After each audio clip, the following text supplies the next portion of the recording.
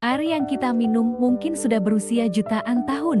Bayangkan, segelas air yang kamu minum sekarang mungkin pernah diminum oleh dinosaurus jutaan tahun lalu. Kedengarannya seperti fiksi ilmiah, bukan? Tapi kenyataannya, air di bumi ini tidak pernah benar-benar hilang. Ia terus berputar dalam siklus alami yang disebut siklus air selama miliaran tahun.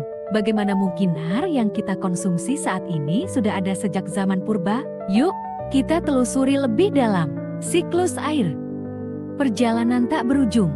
Air di bumi selalu mengalami perubahan bentuk dan berpindah dari satu tempat ke tempat lain dalam siklus hidrologi. Siklus ini terjadi melalui beberapa tahap berikut. Evaporasi, penguapan.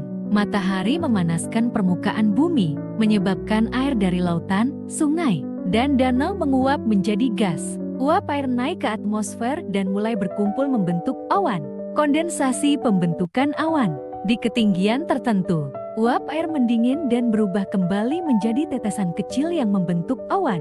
Presipitasi, turunnya hujan, salju, atau hujan es. Ketika tetesan air dalam awan semakin berat, mereka jatuh kembali ke bumi sebagai hujan, salju, atau hujan es. Infiltrasi dan aliran permukaan.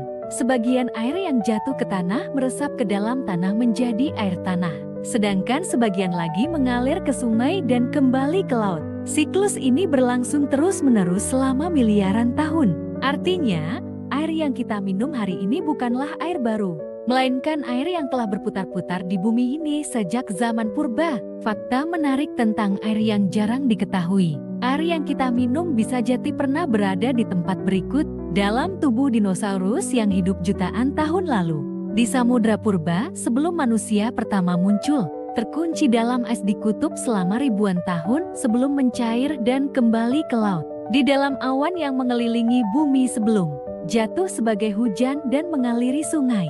Air di bumi itu terbatas, meskipun 70% dari permukaan bumi ditutupi air. Hanya 2,5% yang merupakan air tawar yang bisa dikonsumsi manusia. Dari jumlah tersebut, hanya sekitar 1% yang benar-benar bisa digunakan, karena sisanya tersimpan dalam gletser dan air tanah dalam. Itulah sebabnya krisis air bersih menjadi masalah serius di berbagai belahan dunia. Mengapa ini penting bagi kita? Setelah mengetahui bahwa air yang kita minum sudah melalui perjalanan miliaran tahun, kita seharusnya lebih menghargai setiap tetasnya. Bayangkan jika air yang ada terus tercemar dan kita kehabisan sumber air bersih, apa yang bisa kita lakukan? Gunakan air secukupnya, jangan boros, hindari membuang sampah atau limbah ke sungai dan laut. Dukung konservasi air dan upaya menjaga sumber daya alam. Menarik, kan? Air yang kamu minum sekarang bisa jadi adalah air yang sama yang pernah ada di zaman dinosaurus. Sekarang giliran kamu. Bagaimana cara kamu menjaga air agar tetap bersih dan bisa dinikmati oleh generasi mendatang? Yuk, share pendapatmu di kolom komentar.